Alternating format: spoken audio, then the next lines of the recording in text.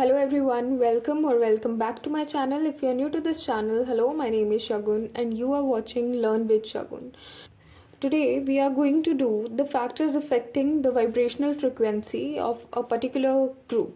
So now, what are the factors which affect the vibrational frequency of a particular group in a molecule or a compound or a complex? We'll study that in this particular video.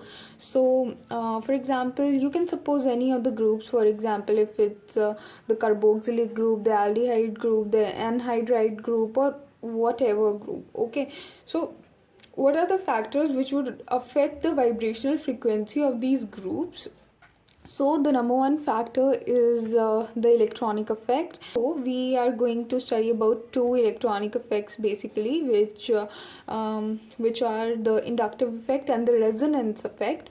So if the substrates neighboring a particular group are changed, so the absorptional frequency of a group changes due to these effects. Now what we are talking about is अगर हम change कर देते हैं किसी भी जो हमारा functional group है उसके अराउंड जो सबस्टेंट लग रखे हैं उसे चेंज कर देते हैं, तो क्या होता है कि उसकी वाइब्रेशनल फ्रिक्वेंसी पे भी जो है वो हम अफेक्ट कुछ जो है वो देखते हैं. वो कैसे देखते हैं वो अभी हम एक एग्जाम्पल के थ्रू समझते हैं. For example look at this group की आप vibrational frequency if you are seeing it is 1750. Okay, now the two substrate carefully see these are two hydrogens only, and when you substitute one of the hydrogens with a methyl group you will see that its vibrational frequency change to 1745 which got lowered. तो ऐसा क्यों हुआ? और उसके बाद अगर आप देखते हैं दोबारा से अगर दूसरे हाइड्रोजन को भी सब्स्टिट्यूट करके एक और मिथाइल ग्रुप लगा दिया जाता है तो और जो है वो हमारी वाइब्रेशनल फ्रिक्वेंसी एब्जॉर्प्शनल फ्रिक्वेंसी जो है वो लोअर हो जाती है which comes down to 1715 centimetre inverse. Now ऐसा क्यों होता है वो हम देखेंगे. तो please note down this particular relation very carefully. ये मैंने खुद बनाया है depending upon the various factors जो कि इन्वॉल्व होते हैं हमारे अब्जॉर्प्शनल फ्रिक्वेंसी के लोअरिंग में. तो सबसे पहले आप देखेंगे कि हम बात कर रहे हैं कि हम नया सब्स्टिट्यूट ऐड करते हैं. तो अगर हम इंडक्टिव इफेक्ट के रिस्पेक्ट में यहाँ पे सब्स्टिट्यूट को स्टडी करें, ऑल ऑफ अस नो कि हमारे पास जो है वो जो मिथाइल ग्रुप होता है वो क्या करता है, पॉजिटिव इंडक्टिव इफेक्ट कॉज करता है जिससे कि ये क्या करता है, इलेक्ट्रॉन डेंसिटी को कार्बन के ऊपर शिफ्ट करता है. राइट, पॉजिटिव इंडक्टिव इफेक्ट में ऐसा ही होता है. नाउ क्योंकि ये जो है वो शिफ्ट कर रहा है इलेक्ट्रॉन डेंसिटी को कार्बन की तरफ, जो हमारा कार्बोनाइल ग्रुप था जिसमें पार्शियल चार्जेस जो थे, जो पोलराइजेबिलिटी इंड्यूस थी which was a partial positive charge on carbon and partial negative charge on oxygen, वो क्या होता है, वो रिड्यूस हो जाता है.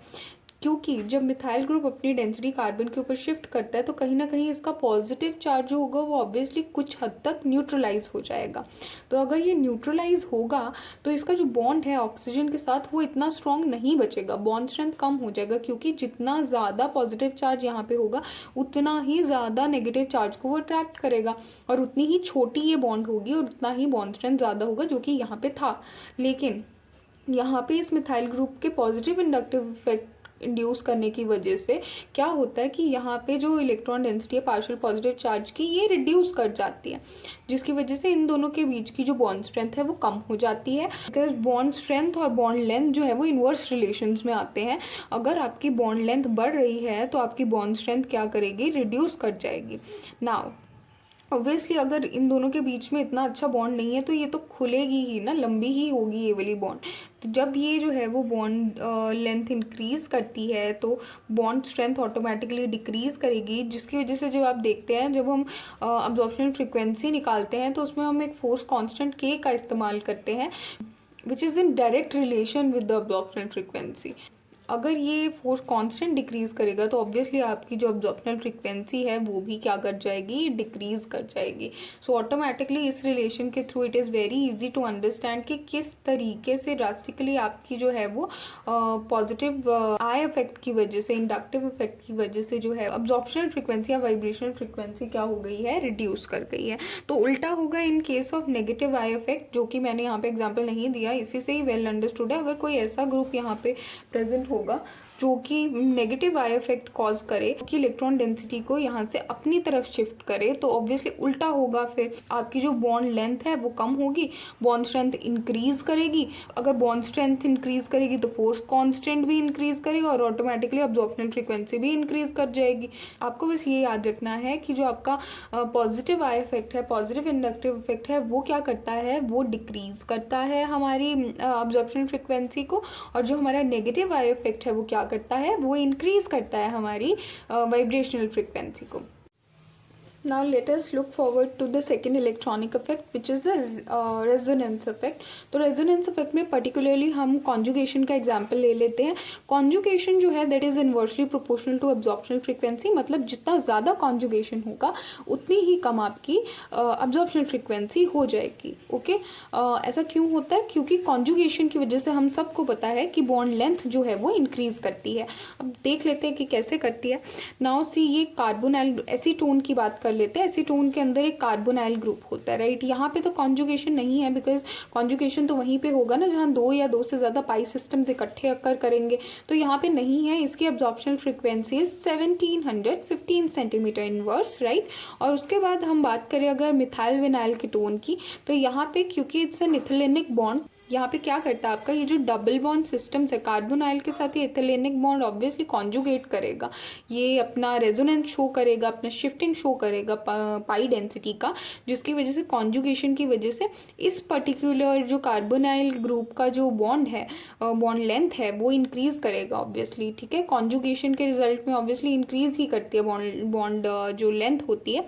और जब बॉन्ड लेंथ इंक्रीज करती है तो हमारी हमने पहले ही पढ़ा, जब हमारी बॉन्ड लेंथ इंक्रीज करेगी तो बॉन्ड स्ट्रेंथ तो डिक्रीज ही करेगी, राइट। तो वो बॉन्ड इतना स्ट्रांग रहेगा नहीं, जिसकी वजह से अगर बॉन्ड स्ट्रांग नहीं है तो आपका फोर्स कांस्टेंट भी कम हो जाएगा और ऑटोमेटिकली अब्जॉर्प्शनल फ्रीक्वेंसी भी कम हो जाएगी, क्योंकि ये दोनों डायरेक्ट रिलेशन में आते हैं, force constant and the absorptional frequency. Okay, so यहाँ पे देखो अभी कि यहाँ पे अब कार्बोनाइल सी और ओ का बॉन्ड जो है वो बॉन्ड लेंथ बढ़ गया है, जिसकी वजह से बॉन्ड स्ट्रेंथ कम हुआ और अब्जॉर्प्शन फ्रीक्वेंसी भी कम हो गई। ओके, सो इसका क्या है कि इसका जो अब्जॉर्प्शन फ्रीक्वेंसी है दैट इज 1690 सेंटीमीटर इनवर्स। हम बात करते हैं एरोमेटिक रिंग की। अब एरोमेटिक रिंग में तो यू नो कि होता ही है हमारा कॉन्जुगेशन, ये तो है ही कॉन्जुगेटेड सिस्टम, सो कार्बोनाइल ग्रुप के साथ। सो यहाँ पे भी ये जो पाई डेंसिटी है ये शिफ्ट करती रहेगी, जिसकी वजह से ये ऑटोमेटिकली आपका कार्बोनाइल ग्रुप का फिर से जो बॉन्ड लेंथ है वो इंक्रीज करेगा, स्ट्रेंथ डिक्रीज कर जाएगी, की वजह से ऑटोमेटिकली आपकी जो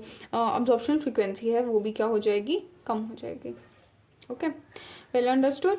So let us move towards the next factor, which is hydrogen bonding. Now hydrogen bonding कैसे अफेक्ट करता है अब्जॉर्प्शनल फ्रीक्वेंसी को किसी भी फंक्शनल ग्रुप के? क्या होता है कि हाइड्रोजन बॉन्डिंग से क्या होता है कि it causes the weakening of the bonds, bringing the decrease in the force constant and lowering the absorptional frequency. Okay, अब एग्जाम्पल के थ्रू समझते हैं। ये कार्बोक्सिलिक एसिड का डाइमर है, ऑब्वियसली ये तो मोस्ट कॉमन जो एग्जाम्पल हाइड्रोजन बॉन्डिंग का that is the dimer of this carboxylic group, जहाँ पे दो कार्बोक्सिलिक ग्रुप्स जो हैं वो इकट्ठे एक डाइमर के फॉर्म में अक्कर करते हैं। देखिए अब क्या होता है यहाँ पे कि इसका जो हाइड्रोक्सिल ग्रुप होता है ये इसके कार्बोनाइल ग्रुप के ऑक्सीजन के साथ ये OH आपस में हाइड्रोजन बॉन्ड इस्टेब्लिश करते हैं और ये OH बॉन्ड जो दूसरे साइड है वो करते हैं साथ में अपना हाइड्रोजन बॉन्ड इस्टेब्लिश। अब देखो अगर ये दोनों, अगर एक अलग से खाली कार्बोक्सिलिक ग्रुप प्रेजेंट होता जिसका कार्बोनाइल ग्रुप किसी के साथ इंटरैक्ट, कार्बोनाइल ऑक्सीजन किसी के साथ इंटरैक्ट नहीं कर रहा होता और ये जो हाइड्रोक्सिल ग्रुप का हाइड्रोजन है ये भी किसी के साथ इंटरैक्ट नहीं कर रहा होता, फॉर एग्जांपल ये नहीं है डाइमर में अगर, तो ये वेल स्टेबल, अच्छे से इस्टेब्लिश्ड, परफेक्टली स्ट्रेंथन्ड बॉन्ड्स होते ये दोनों बॉन्ड्स की बात करें। अब क्योंकि अब ये बॉन्ड एनर्जी शेयर हो रही है साथ वाले मॉलिक्यूल के साथ भी, तो इसकी वजह से क्या होता है कि अब अगर कोई चीज़ शेयर होगी तो ऑब्वियसली कम होगी, तो यहाँ पे ऑब्वियसली इसका बॉन्ड स्ट्रेंथ कम हो जाएगा, इसका भी बॉन्ड स्ट्रेंथ कम होगा हाइड्रोक्सिल ग्रुप का। तो ऑटोमेटिकली कार्बोनाइल के दोनों तरफ से हाइड्रोजन बॉन्डिंग की वजह से क्या हो रहा है, बॉन्ड स्ट्रेंथ कम हो रहा है। ऑब्वियसली अब बॉन्ड स्ट्रेंथ अगर कम होगा, पहले ही हमने पढ़ा है, बॉन्ड स्ट्रेंथ कम हुआ, फोर्स कांस्टेंट कम हुआ, ऑटोमेटिकली अब्जॉर्प्शन फ्रीक्वेंसी कम हो गई।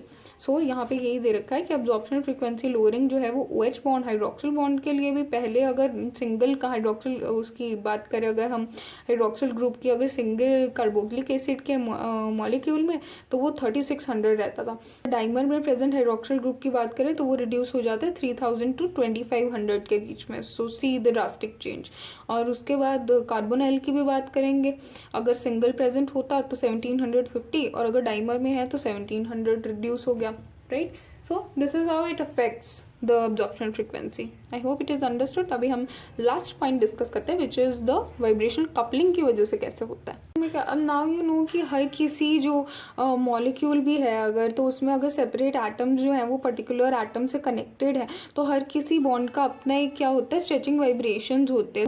अगर हम एक ही एटम के अक्रॉस बात करेंगे तो उनकी कुछ ना कुछ स्ट्रेचिंग वाइब्रेशंस होंगी। अब ये डिपेंड करता है कि ये किस डायरेक्शन में है और किस तरीके से ये स्ट्रेचिंग वाइब्रेशंस कपल कर रही हैं आपस में।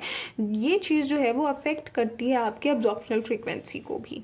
Okay, so it's a mechanism interaction between the stretching vibrations of two or more similar atoms bonded to a central atom.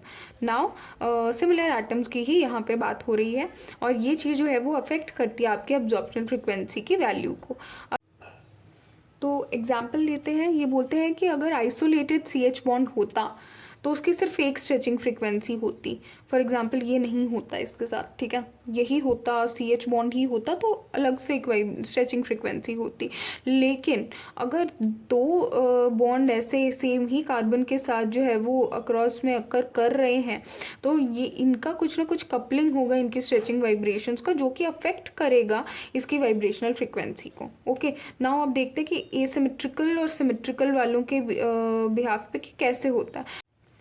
तो अगर एसिमेट्रिकल स्ट्रेचिंग की बात की जाए तो यहाँ पे इसकी जो है वो टुवर्ड्स द कार्बन देखो, और यहाँ पे इसके away from the carbon, right. So क्या हो रहा है यहाँ पे, क्योंकि एसिमेट्रिकल स्ट्रेचिंग है इस कार्बन के अक्रॉस, तो इसकी जो एब्जॉर्प्शनल फ्रीक्वेंसी है, मतलब एब्जॉर्प्शन जो है वो हायर वेव नंबर पे होती है, मतलब इसकी ज़्यादा है।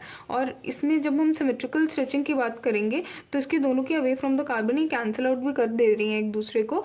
तो इसमें सिमेट्रिकल स्ट्रेचिंग की वजह से क्या होता है कि एब्जॉर्प्शन जो है वो क्या होती है, लोअर वेव नंबर पे, मतलब इसकी एब्जॉर्प्शन फ्रीक्वेंसी क्या होगी, लो होगी। सो इस तरीके से वाइब्रेशनल कपलिंग जो है वो अफेक्ट करती है हमारे जो एब्जॉर्प्शन फ्रीक्वेंसी है किसी भी पर्टिकुलर ग्रुप की। So this is it for this video. I hope you found something useful in this video, and for more videos like this stay tuned to my channel. Thanks for watching.